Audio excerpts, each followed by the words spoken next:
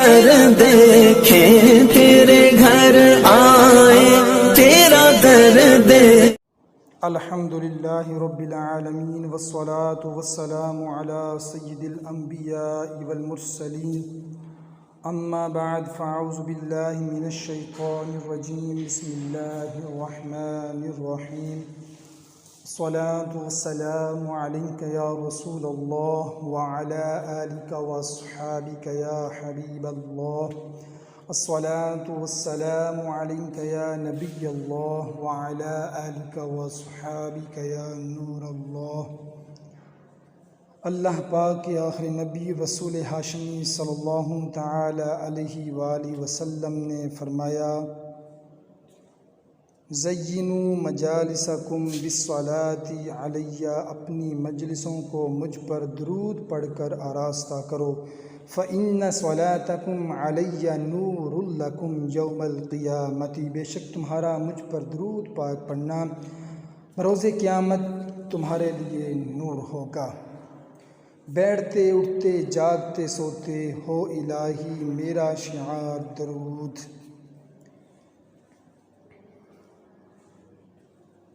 عزیزان گرامی، سورہ بقرہ قرآن کریم کی دوسری اور سب سے بڑی سورت ہے۔ اس میں 40 رکوع اور 286 آیات ہے۔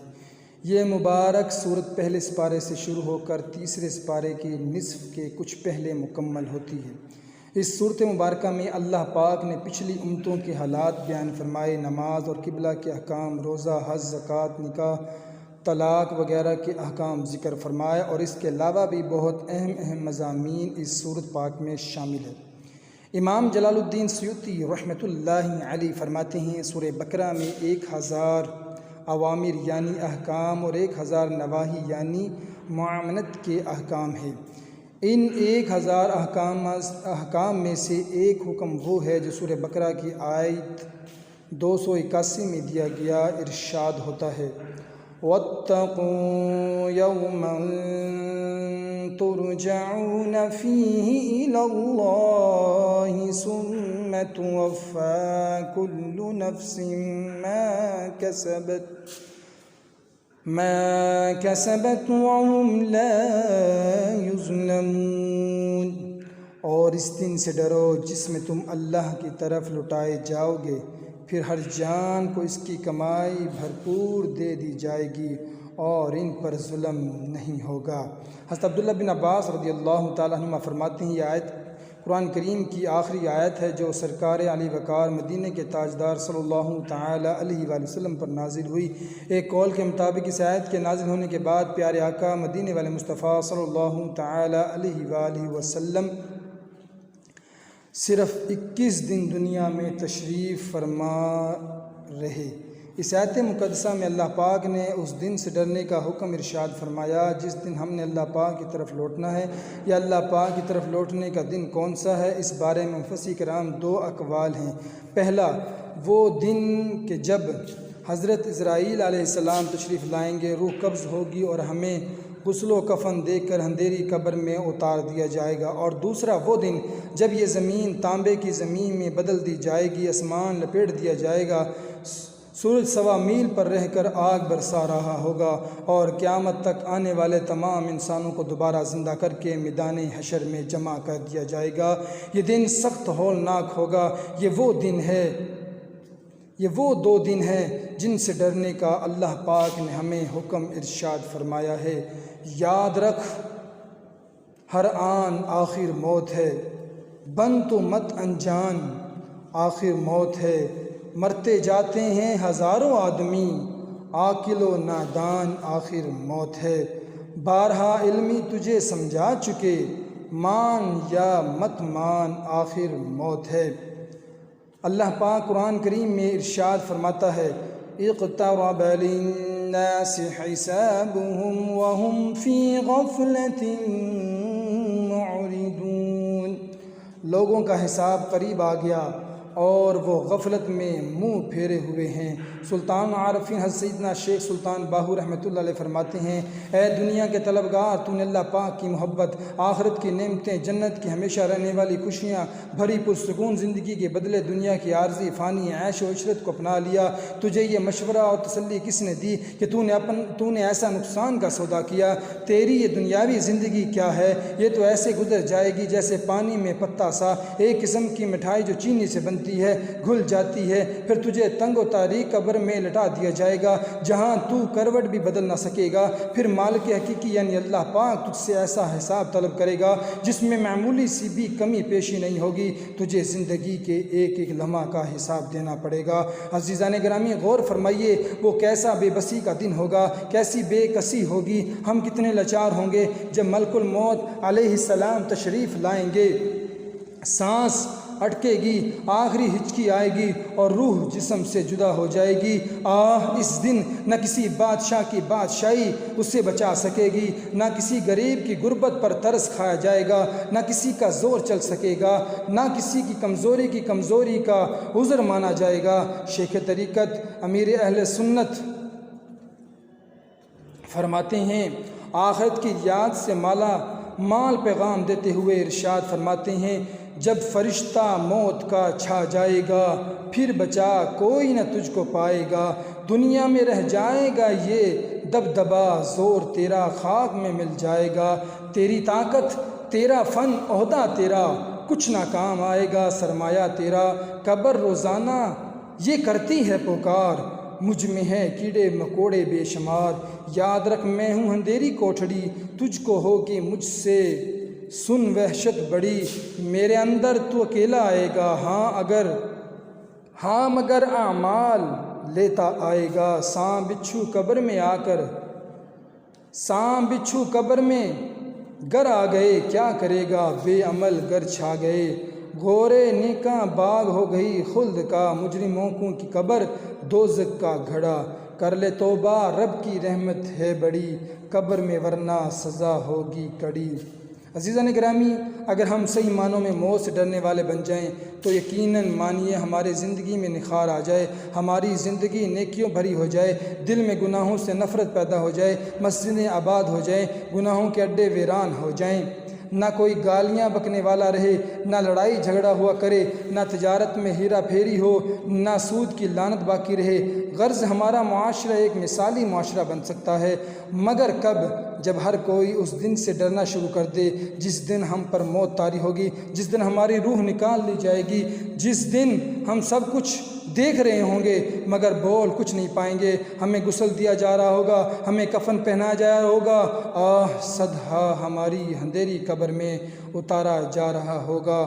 خدا کی قسم اگر ہم واقع اس دن سے ڈرنا شروع کر دیں تو ہمارا جینے کا اندازہ یکسر بدل جائے۔ اللہ پاک کے پیارے نبی رسول ہاشمی صلی اللہ تعالی وسلم نے فرمایا، کفا بالموت واعظاً، نصیحت کے لیے موت ہی کافی ہے۔ ایک مرتبہ ایک شخص بارگاہ رسالت میں حاضر ہوا اور دل کی سختی کی شکایت کی۔ سرکار علی وقار مدینہ کے تاجدار صلی اللہ تعالی علیہ وآلہ وسلم نے فرمایا، قبروں کے حالات پر غور کیا کرو اور مرنے کے بعد اٹھنے سے عبرت لیا کرو، یہ ہے دل کی سختی کا اصل علاج۔ دل پر میل چڑھ گئی ہو، دل گناہوں پر دلیر ہو گیا ہو، نیکیوں میں دل نہ لگ رہا ہو تو چاہیے کہ بندہ قبرستان جایا کرے، قبروں کو دیکھا کرے، اپنے عزیز رشتہ دار، دوست احباب، پڑوسی، محلے دار، ارد گرد اٹھنے بیٹھنے والے جو اب اس دنیا میں نہیں رہے ان کے متعلق غور کریں، ان کی صورت کا تصور باندھیں، یاد کریں یہ سب زندہ تھے، کھاتے پیتے تھے، باتیں کرتے تھے، چلتے پھرتے تھے، ان کی بھی خواہشات تھی، ان کی بھی دنیا میں بڑے بڑے خواب تھے، مگر موت نے ان کی ساری خواہشات، سارے خواب خاک میں ملا دیے۔ آج یہ قبر میں ہیں اور عنقریب مجھے بھی اندھیری قبر میں اتار دیا جائے گا۔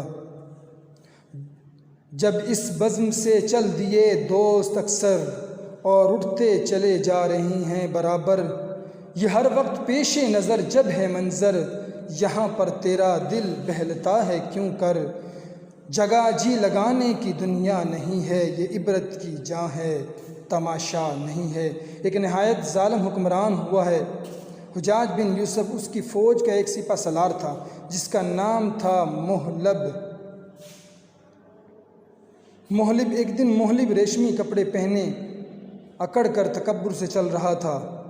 حضرت معترف بن عبداللہ رحمۃ اللہ علیہ نے اسے یوں تکبر کی چال چلتے دیکھا تو دل میں نیکی کی دعوت کا جذبہ بیدار ہوا۔ چنانچہ آپ رحمۃ اللہ علیہ محلب کے قریب تشریف لائے اور فرمایا، اے بندہ خدا، چلنے کا یہ اندازہ اللہ پاک کے ناپسندیدہ لوگوں کا اور رسول اللہ صلی اللہ علیہ وسلم کے دشمنوں کا ہے۔ محلب بھلا فوج کا سپہ سالار تھا، عہدے اور منصب کا نشہ اس کے سر پر جادو کی طرح سوار تھا۔ جب اس نے دیکھا کہ ایک شخص سے نصیحت کر رہا ہے تو تیور چڑھا کر بولا، جانتے ہو میں کون ہوں؟ حضرت معترف بن عبداللہ رحمۃ اللہ علیہ بھی ماشاء اللہ الکریم زندہ دل تھے۔ آپ نرمی سے ارشاد فرمایا، ہاں جانتا ہوں تم کون ہو۔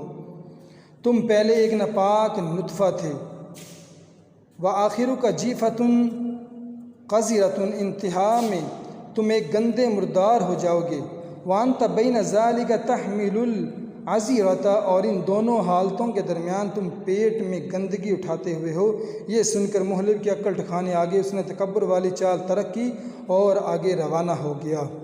عزیزاً کریم، معلوم ہوا تکبر کا نشہ، خود پسندی کا نشہ، طاقت و قوت، عہدے اور منصب کا گھمنڈ، مال و دولت کا نشہ ہمارے سر سے اتر سکتا ہے اگر ہم اس دن سے ڈرنا شروع کر دیں جس دن ہم نے پلٹ کر اپنے رب کی طرف حاضر ہونا ہے۔ اللہ پاک قرآن مجید میں ارشاد فرماتا ہے، قُتِلَ الْإِنسَانُ مَا أَكْفَرَهُ من أي شيء خلقه من نطفة خلقه فقدره ثم السبيل يسره ثم أماته فأقبره ثم إذا شاء أنشره۔ آدمی مارا جائے، کتنا ناشکر ہے وہ، اللہ نے اسے کس چیز سے پیدا کیا ہے؟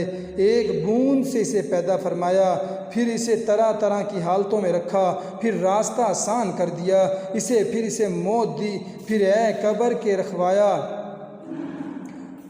اسے قبر میں رکھوایا، پھر جب چاہے گا اسے باہر نکالے گا۔ اتنے قلیل وقت میں آئے اور چل دیے۔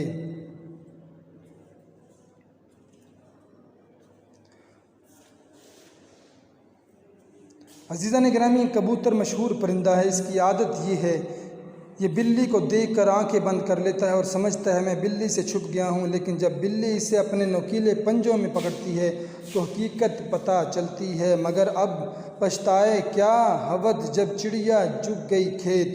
کبوتر کے اس عمل کو تجاہل عارفانہ جان بوجھ کر جاہل بننا کہتے ہیں۔ کم و بیش موت کے معاملے میں ہمارا بھی کچھ ایسا ہی حال ہے۔ موت سے متعلق 3 باتیں ہیں جنہیں ہم جانتے بھی ہیں، مانتے بھی ہیں اور دل سے ان پر یقین بھی رکھتے ہیں، پھر بھی اکثر لوگ اس سے غفلت ہیں۔ ہم یقین رکھتے ہیں کہ موت ہر ایک کو آئے گی، کوئی امیر ہو یا غریب، فقیر ہے یا بادشاہ، کوئی نیک ہے یا گناہ گار، تہجد گزار ہے یا نمازوں میں سستی کا شکار، کوئی عہدے دار ہے یا بے روزگار، غرض ہر ایک کو موت آنی ہے۔ کوئی بھی موت کے شکنجے سے چھٹکارا نہیں پا سکتا، حتیٰ کہ انبیاء کرام علیہ السلام کی بارگاہ میں بھی موت نے حاضری دی ہے۔ ہاں، انبیاء کرام علیہ السلام کی اور ہماری موت میں زمین عثمان کا فرق ہے۔ سیدی اعلیٰ حضرت امام اہل سنت مولانا شاہ امام احمد رضا خان رحمۃ اللہ علیہ فرماتے ہیں، انبیاء کو بھی اجل آنی ہے مگر ایسی کہ فقط آنی ہے، یعنی یقیناً انبیاء کرام علیہ السلام کی بارگاہ میں موت نے حاضری دی مگر ان کی موت فقط یعنی لمحے بھر کی ہے، اس کے بعد پھر انہیں پہلے جیسی ہی زندگی عطا کر دی جاتی ہے۔ قرآن مجید میں کئی بار ارشاد ہوا، کل نفس ذائقۃ الموت، ہر جان کو موت کا مزہ چکھنا ہے۔ یہ بات ہم جانتے ہیں، مانتے ہیں، دل سے اس پر یقین بھی رکھتے ہیں، مگر ہمارا جینے کا اندازہ ایسا ہے کہ جیسے ہم نے ہمیشہ ہی اس دنیا میں رہنا ہے۔ امام حسن بصری رحمۃ اللہ علیہ ایک دفعہ ملک روم تشریف لے گئے۔ وہاں آپ نے ایک عجیب منظر دیکھا۔ جنگل میں ایک جگہ اعلیٰ قسم کے ریشمی کپڑے کا خوبصورت خیمہ بنا ہوا ہے اور خیمے کے ارد گرد اسلحہ اٹھائے فوجی کھڑے ہیں۔ ان فوجیوں نے اپنی زبان میں کچھ کہا اور چلے گئے۔ پھر ملک کے بڑے بڑے علماء اور مشائخ آئے آئے، انہوں نے بھی خیمے کے پاس کھڑے ہو کر کچھ کہا اور چلے گئے۔ پھر ملک کے بڑے بڑے حکیم، طبیب اور ڈاکٹر وہاں پہنچے، انہوں نے بھی خیمے کے پاس کھڑے ہو کر کچھ کہا، پھر چلے گئے۔ پھر بادشاہ اور وزیر آئے، یہ بھی کچھ دیر خیمے کے پاس رکے، کچھ کہا اور چلے گئے۔ امام حسن بصری رحمۃ اللہ علیہ فرماتے ہیں یہ دیکھ کر مجھے بڑی حیرانی ہوئی، میں نے کسی سے پوچھا یہ کیا معاملہ ہے؟ تو بتانے والے نے بتایا بادشاہ کا ایک خوبصورت نوجوان لڑکا تھا، اس کا انتقال ہو گیا، وہ اس خیمے میں دفن ہے۔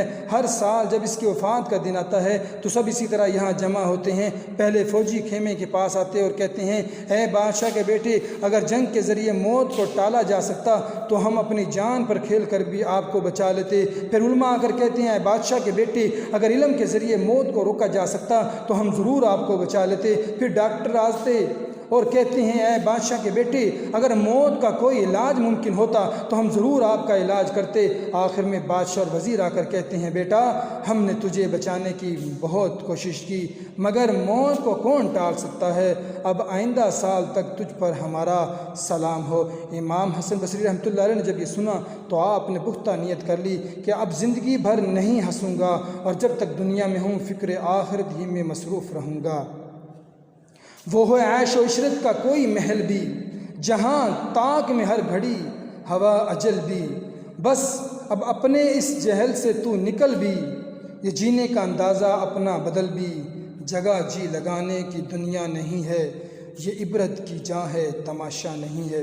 اسی طرح ہم یہ بھی مانتے ہیں کہ موت اسباب کی محتاج نہیں ہے، موت تو اللہ پاک کے حکم سے آتی ہے، موت حادثاتی نہیں ہے۔ ہم اپنے اعتبار سے دیکھیں تو موت اچانک آتی ہے، اچھے بھلے آدمی کو بیٹھے بیٹھے ہارٹ اٹیک ہوتا ہے اور وہ موت کے گھاٹ اتر جاتا ہے، دوران سفر اچانک ایکسیڈنٹ ہوتا ہے اور بندہ موت کے گوش میں جا پہنچتا ہے، یہ اچانک موت ہی ہے۔ مگر موت کا یوں اچانک ہونا ہمارے اعتبار سے ہے، حقیقت دیکھا جائے تو ہماری موت کا وقت ہماری پیدائش سے بھی پہلے کا مقرر ہے۔ کسی کو کس سال، کس مہینے، کس دن، کس وقت، کس لمحے، کس حال میں کہاں موت آنی ہے، اللہ پاک کے ہاں یہ سب کچھ طے ہے۔ ہم یہ بات جانتے بھی ہیں، مانتے بھی ہیں۔ جب کئی تعزیت کے لیے جانا ہوتا ہے تو ہم خود اپنی زبان ہی سے کہہ گئے ہوتے ہیں جو اللہ پاک کا حکم، جیسے اللہ پاک کی مرضی آئی موت کو کون ٹال سکتا ہے، سب نے باری باری اس دنیا سے جانا ہے وغیرہ وغیرہ۔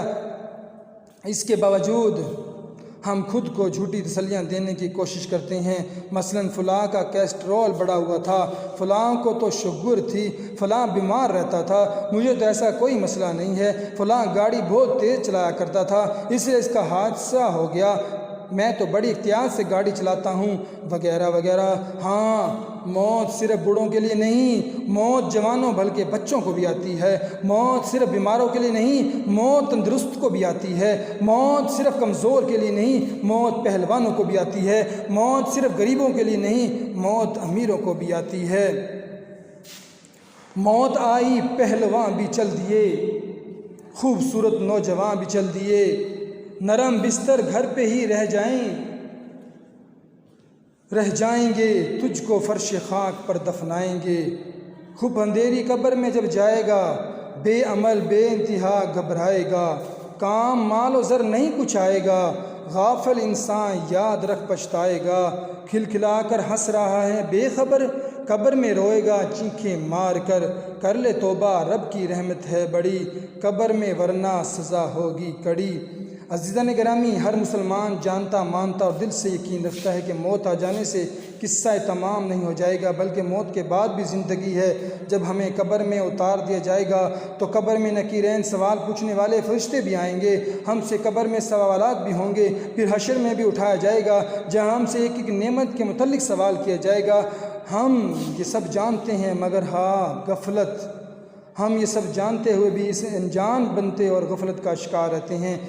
دن رات گناہوں کا سلسلہ جاری ہے، اس کے باوجود نہایت بے باکی کے ساتھ کہتے ہیں مولانا دیکھا جائے گا جو ہوگا، اللہ پاک بڑا مہربان رحم فرمانے والا ہے۔ ہاں بے شک اللہ پاک بڑا مہربان ہے، بے شک اللہ پاک بہت رحم فرمانے والا ہے، مگر یاد رکھیے اللہ پاک ہی کا فرمان ہے، ان بطش ربک لشدید، بے شک تیرے رب کی پکڑ بہت سخت ہے۔ یہ فرمان بھی اللہ رحمان رحیم ہی کا ہے۔ اعلموا ان اللہ شدید العقاب وان اللہ غفور رحیم۔ جان رکھو کہ اللہ سخت عذاب دینے والا بھی ہے اور اللہ بخشنے والا مہربان بھی ہے۔ اور یہ بھی اس رحمان و مہربان رب نے فرمایا ہے، ان رحمت اللہ قریب من المحسنین، بے شک اللہ کی رحمت نیک لوگوں کے قریب ہے۔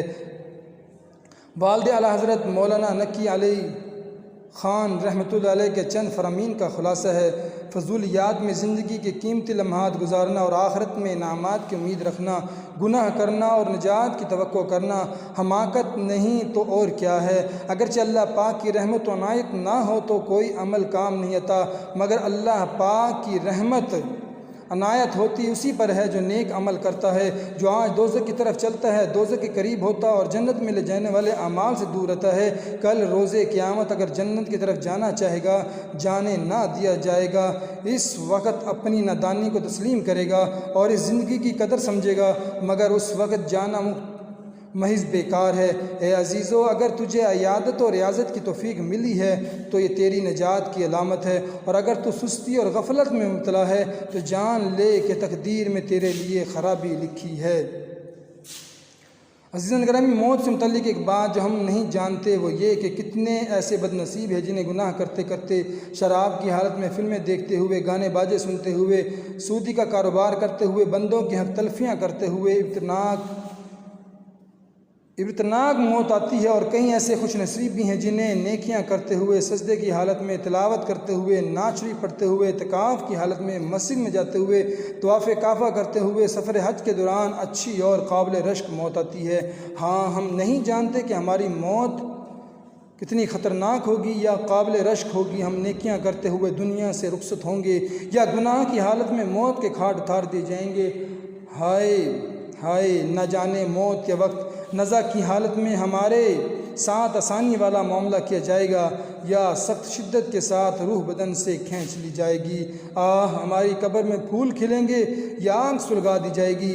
ہماری قبر کو حد نگاہ تک وسیع کر دیا جائے گا یا اتنی تنگ ہو جائے گی کہ پسلیاں ایک دوسرے میں پیوست کر ڈالیں گی۔ ہاں افسوس، ہم نہیں جانتے کہ ہماری قبر جنت کے باغوں میں سے باغ بنے گی یا جہنم کے گڑھوں میں سے گڑھا بنا دی جائے گی۔ عزیزان گرامی، آئیے اچھی اور بری موت کے تعلق سے دو عبرتناک احادیث سنتے ہیں۔ حضرت ابو ہریرہ رضی اللہ تعالیٰ عنہ سے روایت ہے، سرکار عالی وقار مکے مدینے کے تاجدار صلی اللہ تعالیٰ علیہ وآلہ وسلم نے فرمایا، نزع کے وقت آدمی کے پاس فرشتے آتے ہیں، اگر وہ شخص نیک ہو تو فرشتے کہتے ہیں، اے پاک روح نکل، تو پاک جسم میں رہی، اب قابل تعریف ہو کر نکل، تیرے لیے راحت و مسرت اور پاکیزہ رزق کی خوشخبری ہے، اور یہ تھی تیرا رب تجھ سے ناراض نہیں ہے۔ فرشتے اس طرح کہتے رہتے ہیں یہاں تک کہ روح جسم سے جدا ہو جاتی ہے۔ سبحان اللہ، معلوم ہوا مومن نیکوکاروں کی روح کو کھینچ کر نکالنے کی ضرورت نہیں پڑتی، بلکہ وہ بشارتیں سن کر خود بخود جسم سے نکل آتی ہیں۔ نمبر 2، سرکار علی وقار دو عالم کے مالک و ملک مختار صلی اللہ تعالی علیہ وسلم نے مزید فرمایا، پھر اس نیک بندے کی روح کو آسمان کی طرف لے جایا جاتا ہے، اس کے لیے آسمانوں کے دروازے کھول دی جاتے ہیں، آسمان کے فرشتے پوچھتے ہیں یہ کون ہے؟ روح لے جانے والے فرشتے بتاتے ہیں یہ فلاں ہے۔ آسمان والے فرشتے کہتے ہیں مرحبا پاک روح، جو پاک جسم میں رہی، آ جا، تو قابل تعریف ہے، تیرے لیے راحت و مسرت اور پاک رزق کی خوشخبری ہے، اور یہ کہ تیرا رب تجھ سے ناراض نہیں ہے۔ ہر آسمان کے فرشتے یوں ہی کہتے رہتے ہیں یہاں تک کہ وہ روح اللہ پاک کی بارگاہ میں حاضر کر دی جاتی ہے۔ عزیزان گرامی، اللہ پاک کے پیارے نبی رسول ہاشمی صلی اللہ تعالی وسلم نے اپنے بیان کا سلسلہ آگے بڑھاتے ہوئے مزید ارشاد فرمایا، اور اگر آدمی برا ہے تو فرشتے کہتے ہیں اے خبیث روح، جو خبیث جسم میں رہی، نکل نکل، تو مذمت و ملامت کی حقدار ہے، تیرے لیے کھولتے پانی، پیپ اور اس جیسے دیگر عذابوں کی بشارت ہے۔ فرشتے یہی کہتے رہتے ہیں یہاں تک کہ روح جسم سے جدا ہو جاتی ہے، پھر اسے آسمان کی طرف لے جایا جاتا ہے، آسمانوں کے دروازوں پر دستک دی جاتی ہے، آسمان والے پوچھتے ہیں یہ کون ہے؟ فرشتے کہتے ہیں فلاں ہے، تو اس پر آسمان کے فرشتے کہتے ہیں اس کے لیے مرحبا نہیں، یہ خبیث روح ہے جو خبیث جسم میں رہی، لوٹ جا، ملامت کی ہوئی ہو کر اس کے لیے آسمان کے دروازے نہیں کھولے جائیں گے۔ پھر اسے آسمان سے پھینکا جاتا ہے یہاں تک کہ قبر یعنی مقام سجین جو 7ویں زمینوں کے نیچے ہے وہاں پر پہنچ جاتی ہے۔ نسائی شریف کی حدیث پاک ہے، اللہ پاک کے آخری نبی مکی مدنی مصطفیٰ صلی اللہ علیہ وسلم نے فرمایا، جب مومن کی موت کا وقت آتا ہے تو رحمت کے فرشتے سفید ریشم لے کر آتے ہیں، کہتے ہیں اے روح نکل، تو اللہ سے راضی ہو، تیرا رب تجھ سے راضی۔ اللہ پاک کی طرف سے راحت روحانی پاکیزہ رزق والی ہو کر اور اپنے رب کی طرف چل، وہ تجھ سے راضی ہے۔ پس روح بہترین مشک کی خوشبو کی طرح نکلتی ہے، حتیٰ کہ فرشتے یہ روح ایک دوسرے کو دیتے ہیں، یعنی جیسے لوگ جنازہ لے جاتے ہوئے کندھے بدلتے ہیں، ایسے ہی روح کو آسمان پر لے جاتے ہوئے فرشتے ہاتھ بدلتے ہیں، مگر تھک کر نہیں بلکہ اظہار عزت کے لیے۔ پیارے آقا مکی مدنی مصطفیٰ صلی اللہ تعالی علیہ وسلم نے فرمایا، پھر اس روح کو آسمان کی طرف لے جایا جاتا ہے۔ آسمان والے کہتے ہیں زمین کی طرف سے یہ کیسی پاکیزہ خوشبو آ رہی ہے، پھر اس روح کو دوسری مسلمان روح کے پاس لے جایا جاتا ہے۔ پیارے آقا دو عالم کہ داتا صلی اللہ تعالی وسلم نے فرمایا، جیسے تم کسی گمشدہ شخص کے آ جانے سے خوش ہوتے ہو، ایسے ہی مسلمان روحیں اس نئی آنے والی مسلمان روح کو دیکھ کر خوش ہوتی ہیں۔ وہ اس سے سوال کرتی ہیں فلاں کیسا ہے، فلاں کیا کرتا ہے؟ پھر وہ روحیں کہتی ہیں اسے کچھ دیر کے لیے چھوڑ دو، یہ دنیا کے غم میں تھا، یعنی ابھی یہ دنیائے تکلیف اور نزا کی کیفیات سے گزر کر آیا ہے، اسے کچھ دیر آرام کرنے دو۔ پھر یہ نئی آنے والی روح کہتی ہے فلاں بھی وفات پا گیا تھا، کیا وہ تمہارے پاس نہیں آیا؟ مسلمان روحیں کہتی ہیں وہ تو ہادیہ میں گیا، وہ تو ہاویہ میں گیا، یعنی وہ کافر ہو کر مرا، لہٰذا کافر روحوں کے مقام میں ہے۔ سرکار ذی وقار ہم بے کسوں کے مددگار صلی اللہ تعالی علیہ وسلم نے مزید ارشاد فرمایا، بے شک کافر کی جب موت آتی ہے تو عذاب کے فرشتے اس کے پاس دوزخ کا ٹاٹ لے کر آتے ہیں، کہتے ہیں اے روح نکل، تو رب سے ناراض، رب تجھ سے ناراض، اللہ پاک کے عذاب کی طرف چل، تو کافر کی روح مردار کی سخت بدبو کی طرح نکلتی ہے، حتیٰ کہ اسے زمین کے دروازے یعنی مقام سجین میں جہاں کافروں کی روح قید ہوتی ہے وہاں لاتے ہیں اور کہتے ہیں یہ کیسی سخت بدبو ہے، پھر اسے کافروں کی روح کے پاس پہنچا دیا جاتا ہے۔ عزیزان گرامی، جب معاملہ ایسا ہے، موت آنی ہے، ہر ایک کو آنی ہے، ہمیں معلوم بھی نہیں کہ موت کب آئے گی، نہ جانے اگلی سانس میں ہمیں نصیب ہو پائے گی یا نہیں۔ ہم یہ بھی جانتے ہیں کہ موت کے ساتھ قصہ ختم نہیں ہو جائے گا، بلکہ اس کے بعد بھی زندگی ہے، اور اس زندگی میں یا تو نیکیوں کی جزا ملے گی یا گناہوں کی سزا ہوگی۔ اور ہم یہ بھی نہیں جانتے کہ نزا کے وقت اللہ پاک کی رحمت سہارا دے گی اور اس کے پیارے حبیب دلوں کے طبیب صلی اللہ علیہ وسلم کی جلوہ گری ہوگی، یا ہم گناہوں کی نحوست میں گرفتار ہو کر بری موت کا شکار ہو جائیں گے۔ عزیزان گرامی، جب معاملہ ایسا ہے تو کیا ہمیں اس دن سے ڈرنا نہیں چاہیے؟ کیا ہر وقت موت کا خوف دل پر سوار نہیں رہنا چاہیے؟ بخاری شریف کی حدیث پاک ہے، انما الاعمال بالخواتیم، یعنی اعمال کا دار و مدار خاتمے پر ہے۔ امام غزالی رحمۃ اللہ علیہ فرماتے ہیں انسان کی موت اسی حالت پر آتی ہے جس پر زندگی گزارتا ہے، اور روز قیامت اسی حال میں اٹھایا جائے گا جس پر موت آئی ہوگی۔ عزیزان گرامی، غور فرمائیے کتنے خوش نصیب ہیں وہ لوگ جن کی زندگی نیکیوں میں گزرتی ہے اور انہیں موت بھی نیکیاں کرتے ہوئے آتی ہے، جو سجدے کی حالت میں دنیا سے جاتے ہیں، جو تلاوت کرتے ہوئے دنیا سے جاتے ہیں، جو نعتیں پڑھتے ہوئے دنیا سے جاتے ہیں، جن کی موت نیکی کی دعوت دیتے ہوئے آتی ہے، جن کو موت علم دین سیکھتے ہوئے آتی ہے، جن کی موت رائے خدا میں سفر کرتے ہوئے آتی ہے۔ اور سبحان اللہ، وہ کیسے خوش نصیب ہیں کہ موت کے وقت جن کے ہونٹوں پر مسکراہٹ پھیل جاتی ہے اور اللہ پاک کی رحمت شامل حال ہوئی تو انشاءاللہ الکریم روز قیامت انہیں اسی حال میں اٹھایا جائے گا۔ مگر کتنے بد نصیب ہیں وہ لوگ جنہیں گناہ کرتے ہوئے موت آتی ہے۔ اس سے عبرت حاصل کریں، وہ لوگ جو شراب پیتے ہیں، اگر خدا نخواستہ شراب پیتے ہوئے یا اسی حال میں کہ ناپاک شراب پیٹ میں موجود ہوئی اور موت آ گئی تو کیا بنے گا؟ خدا نخواستہ اگر گانے سننے، فلمیں دیکھتے ہوئے موت آ گئی تو کیا بنے گا؟ جو سودی کاروبار کرتے یا کسی طرح سودی معاملات میں ملوث ہوتے ہیں وہ غور کریں، اگر اسی حالت میں موت آ گئی تو کیا بنے گا؟ ناپ تول میں کمی کرنے والے، لوگوں کی حق تلفیاں کرنے والے، دوسروں کے جائیداد پر ناجائز قبضہ جما لینے والے، جھوٹی قسمیں کھانے والے، جھوٹ بولنے والے، غیبت کرنے والے، چگلیاں کھانے والے، لڑائی جھگڑا کرنے والے، دوسروں کو لڑوانے والے، محبتیں مٹانے والے، بے نیازی بے نمازی، روزہ نہ رکھنے والے، فرض ہونے کے باوجود زکوٰۃ نہ دینے والے، نیکیوں سے جی چرانے اور خوب دل کھول کر گناہوں کا بازار گرم کرنے والے غور کریں۔ اللہ نہ کرے، اللہ نہ کرے، اللہ نہ کرے اگر اسی حال میں توبہ کیے بغیر گناہ کرتے ہوئے ہی موت آ گئی تو ہمارا کیا بنے گا؟ کیسی قیامت ٹوٹے گی۔ اللہ پاک قرآن کریم میں ارشاد فرماتا ہے قَدْ خَسِرَ الَّذِينَ كَذَّبُوا بِلِقَاءِ اللَّهِ حَتَّى إِذَا جَاءَتْهُمُ السَّاعَةُ بَغْتَةً قالوا يا حسرتنا على ما فرطنا فيها وهم يحملون أوزارهم على ظهورهم ألا ساء ما يزرون۔ بے شک ان لوگوں نے نقصان اٹھایا جنہوں نے اپنے رب سے ملنے کو جھٹلایا، یہاں تک کہ جب ان پر اچانک قیامت آئے گی تو کہیں گے ہائے افسوس اس پر جو ہم نے اس کے ماننے میں کوتاہی کی، اور اپنے گناہوں کے بوجھ اپنے پیٹھ پر لادے ہوئے ہوں گے۔ خبردار وہ کتنا برا بوجھ اٹھاتے ہوں گے۔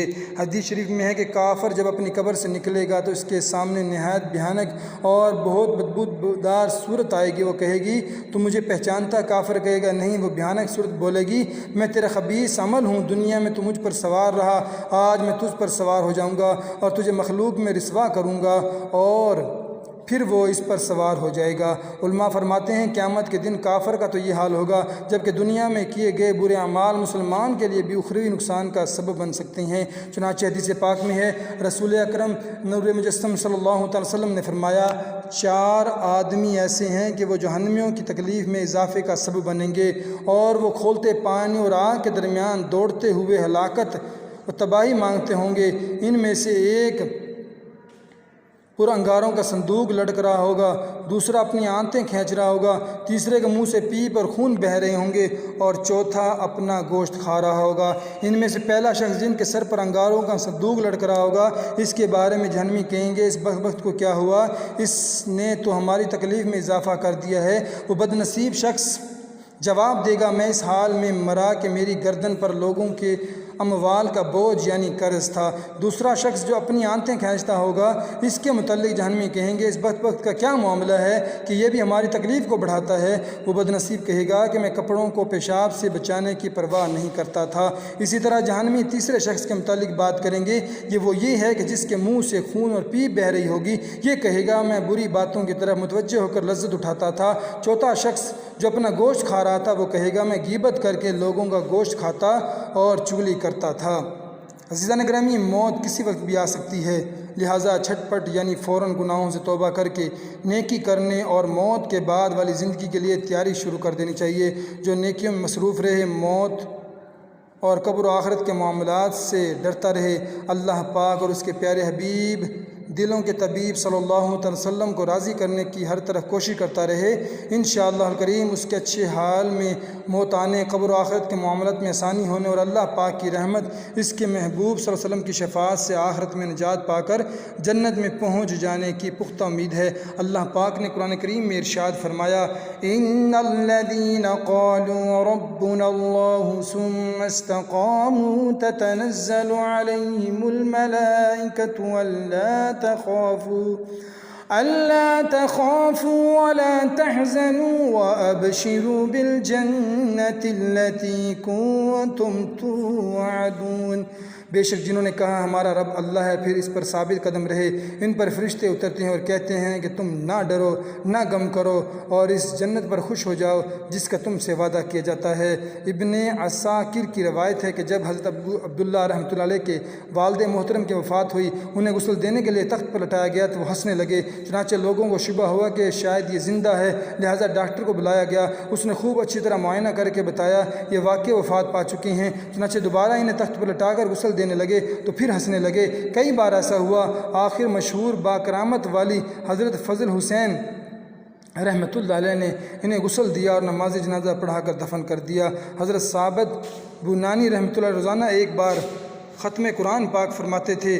آپ رحمۃ اللہ علیہ ہمیشہ دن کو روزہ رکھتے اور ساری رات عبادت کیا کرتے تھے۔ جس مسجد کے قریب سے گزر ہوتا اس میں 2 رکعت تحیۃ المسجد ضرور پڑھتے۔ نماز اور تلاوت قرآن کے ساتھ آپ رحمۃ اللہ علیہ خصوصی محبت تھی۔ آپ رحمۃ اللہ علیہ پر ایسا کرم ہوا کہ رشک آتا ہے۔ چنانچہ وفات کے بعد دوران تدفین اچانک ایک اینٹ سرک کر قبر کے اندر چلی گئی۔ لوگ اینٹ اٹھانے کے لیے جب جھکے تو یہ دیکھ کر حیران رہ گئے کہ آپ رحمۃ اللہ علیہ قبر میں کھڑے ہو کر نماز پڑھ رہے ہیں۔ آپ رحمۃ اللہ علیہ کے گھر والوں سے جب معلوم ہو گیا تو شہزادی صاحبہ نے بتایا کہ والد محترم رحمۃ اللہ علیہ روزانہ دعا کیا کرتے کہ یا اللہ اگر تو کسی کو وفات کے بعد قبر میں نماز پڑھنے کی سعادت عطا فرمائے تو مجھے بھی مشرف فرمانا۔ منقول ہے جب بھی لوگ آپ رحمۃ اللہ علیہ کے مزار پر انوار کے قریب سے گزرتے تو قبر انوار سے تلاوت قرآن کی آواز آ رہی ہوتی۔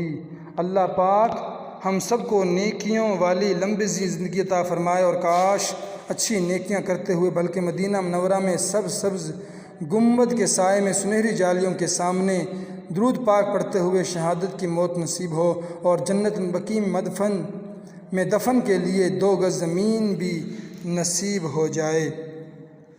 اللہ تعالیٰ سے دعا ہے جو کچھ سنایا اس پر ہم سب کو عمل کرنے کی توفیق عطا فرمائے اور ہمیں ہر طرح کے گناہوں سے بچتے ہوئے موت کی تیاری کرنے کی توفیق عطا فرمائے اور موت کو یاد کرنے کی توفیق عطا فرمائے۔ آمین بجاہ النبی الامین صلی اللہ تعالی علیہ وآلہ وسلم۔